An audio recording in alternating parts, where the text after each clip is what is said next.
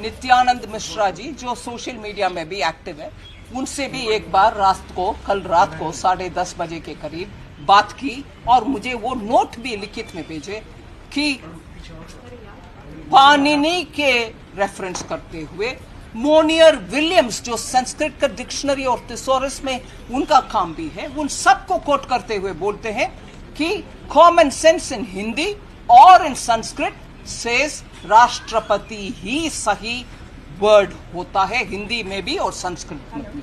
राष्ट्रपति का उधर जिक्र ही नहीं है। ये कॉमन सेंस है, सबको मालूम है। नित्यानंद मिश्रा जी मुझे लिखित में भेजा है, मैं चाहिए तो अब मीडिया को सर्कुलेट भी करूंगी इसको। इसके बावजूद भी आज आदिर रंजन चौधरी जी उसी बात में अड़े होकर के बोलते हैं क्षमा मांगने का कुछ भी है नहीं विषय।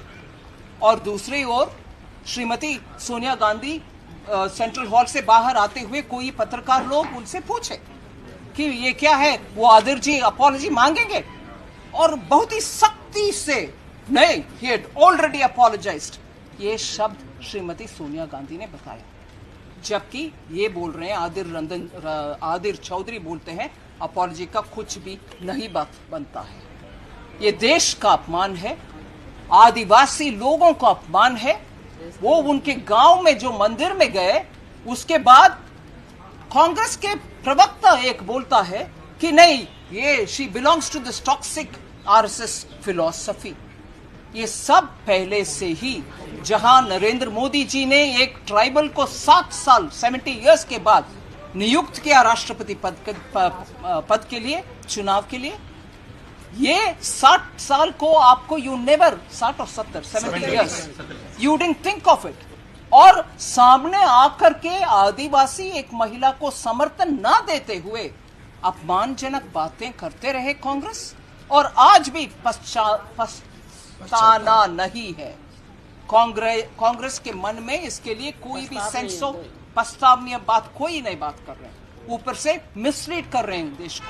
और एक विषय में जोड़ना चाहते हैं, हाउस में महिला हमारे सांसद के पास आकर के आज जब श्रीमती सोनिया गांधी ने बात की, उस समय कोई और भी सांसद बगल में आकर के क्या है, क्या हो गया, क्या बात हो रही है, ऐसे पूछने में you don't talk to me ऐसे करके दूसरे सांसद को ऑलमोस्ट थ्रेटनिंग आवाज से बात की है। ऐसे में दम खाए, ये मंत्रीगण भी बोल रहे हैं हमारे साथ, भारती पवार जी भी बोल रहे हैं। सो एक अपॉलॉजी नहीं है, दूसरा मिसलीड कर रही हो, नए आदिर ने अपॉलॉजी कर दिया, तीसरे बाकी सदस्यगण को भी ऐसे कठोर, ऐसे थ्रेटनिंग तरीके से बात भी करना, ये क्या तरीका है?